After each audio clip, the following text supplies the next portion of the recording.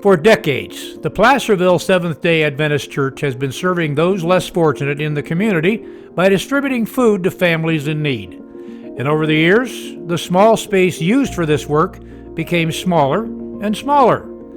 Earlier in 2022, after months of planning, several volunteers rolled up their sleeves and began a remodel and enlargement project that would take several months to complete. Recently, with more than double the space, new refrigeration, new work tables, more storage, and cramp-free workspace, the facility reopened with a ribbon cutting and open house.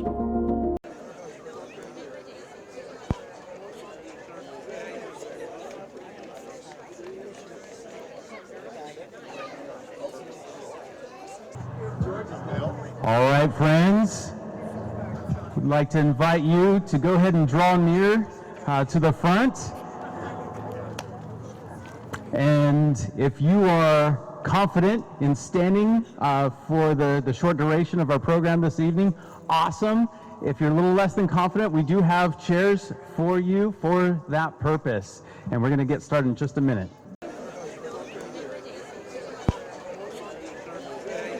At this time, someone that I believe you all recognize, Wendy Thomas. Thank you for being here. The floor is yours. It is truly my pleasure, and I was deeply honored to be invited to join you this evening.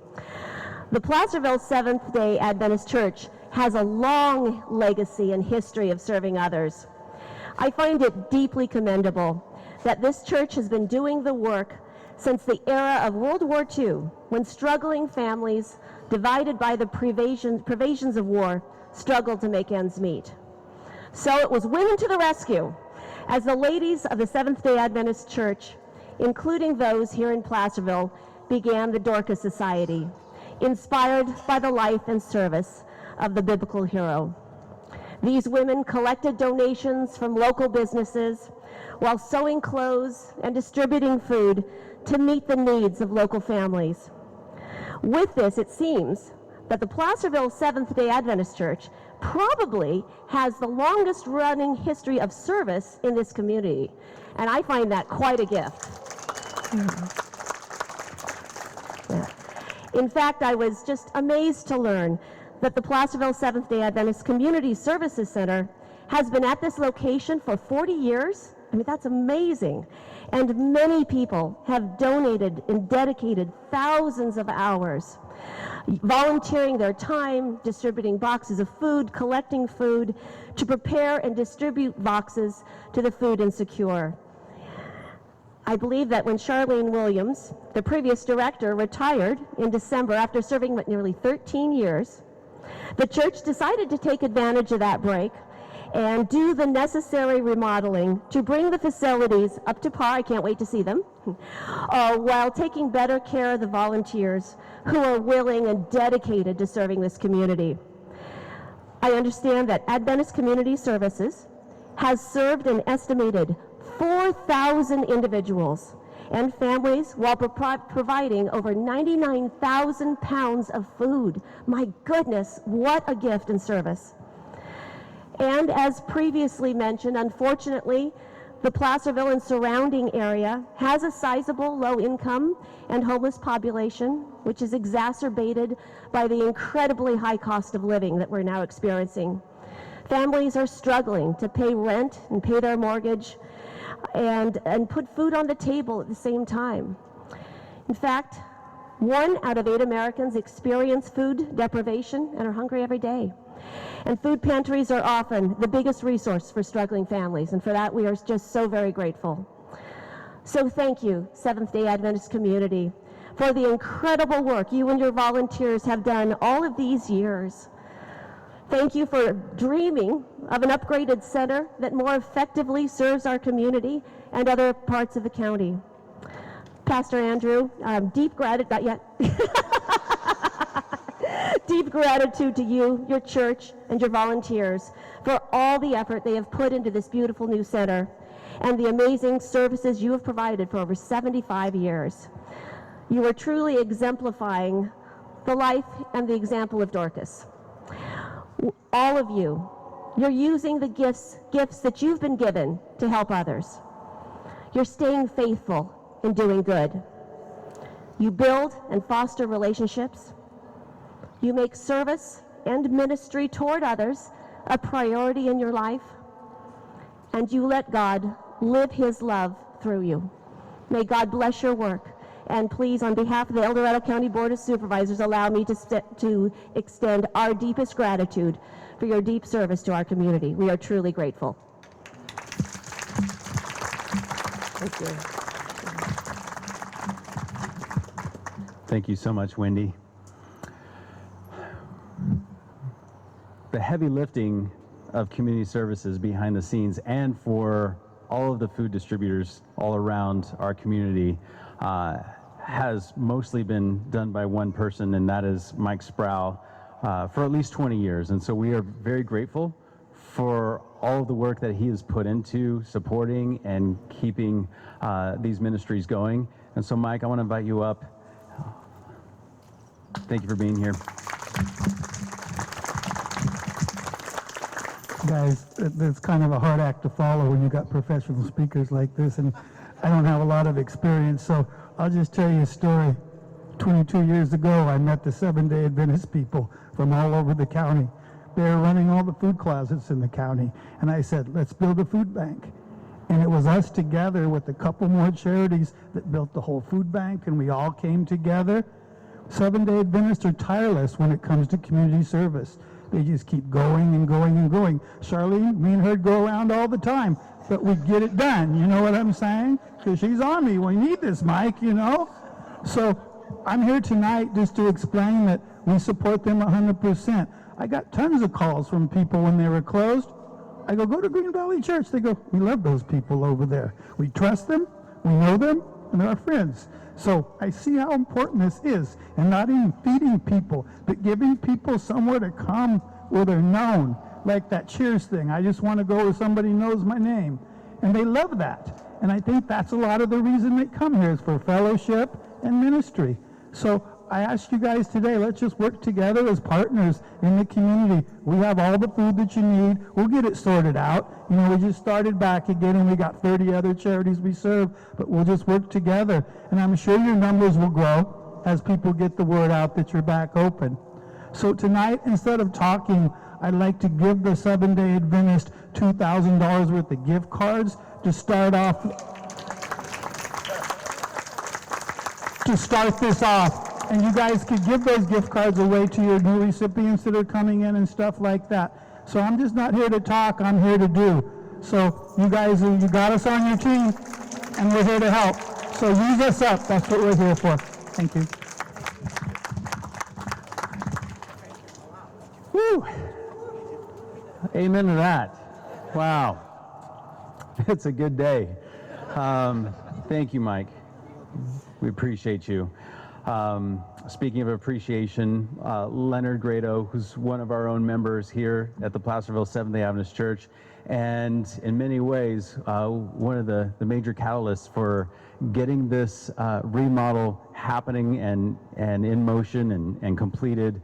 And so, Leonard, thank you, and please come speak to us.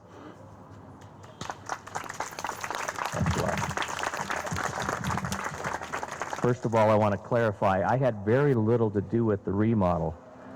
There's a ton of people here that put so much time and effort in here, and I just kind of help with some little ancillary things that I could help with when asked if I knew some people, you know. But, you know, you guys did a great job. I think I got about 26 minutes, so relax, get something to drink. We're going to be here a while. Actually, when I came here, I was a young boy in '85.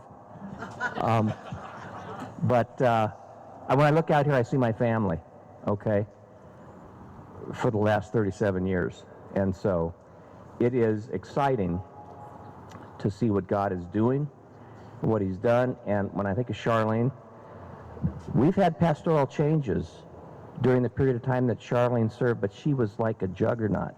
Regardless of where leadership was, she had a commitment to serving the community. And as much as I appreciate so much the individuals that are on this list as speakers, this is the list that really impresses me, because these are the people that week in and week out make this happen for the community. They're kind of the unsung heroes, if you will. They come, sometimes we don't even know their name. That doesn't matter. They're here. They're not here for the recognition. They're here because there's needs in the community, and they're here to meet those needs.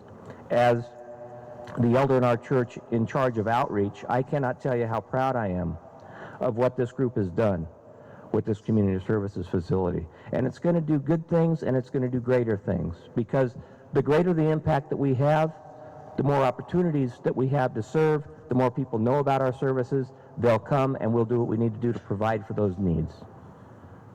We had an event last year, an outreach event to raise funds for Caldor Fire.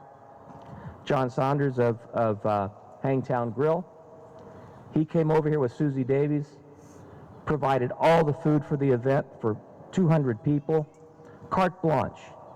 That's partnership in a community, okay? That speaks to the needs of a community, and it demonstrates the hearts of the people that are here. And I'll say this, like I say, I've been here since 1985. I love this county. This is home for my kids. They're born and raised here. My son's never left. My daughter's actually moving back in a month, which is exciting, and I'm thrilled with that. But this family that's here, I know is committed to El Dorado County. And there's so many people, Brian, John, these are people that are all in when it comes to this community. So, you know, there's nothing better than a public-private partnership. You put that together with a church community, great things you can do. So I just want to thank everyone that's been a part of this. Thank you for having me. I'm happy to be here, and I'm happy to be amongst these individuals and amongst this church family as we continue to serve our community. Thanks a lot.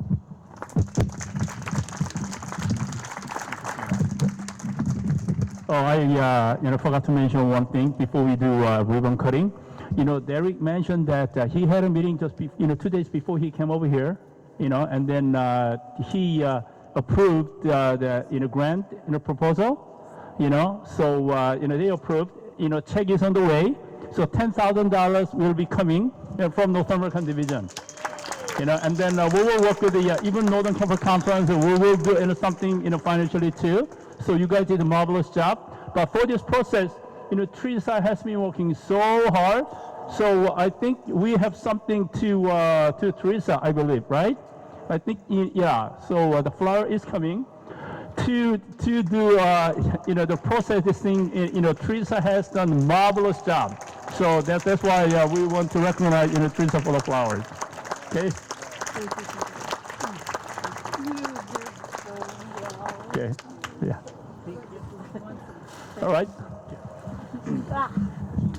I just have to testify to that as well. Teresa has been in my office many times with a stack of papers about this big. That represents countless hours of pouring into investing in applying for the grant.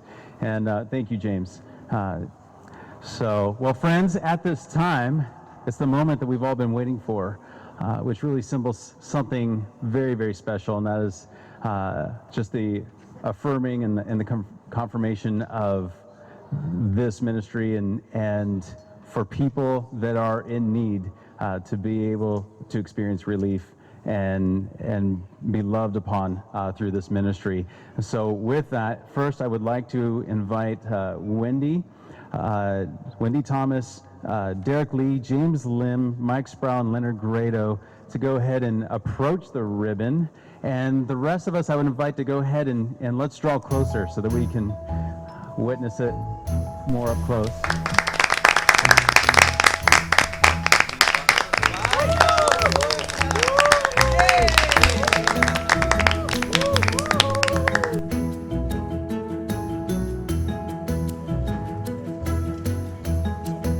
The all-volunteer teams have many functions.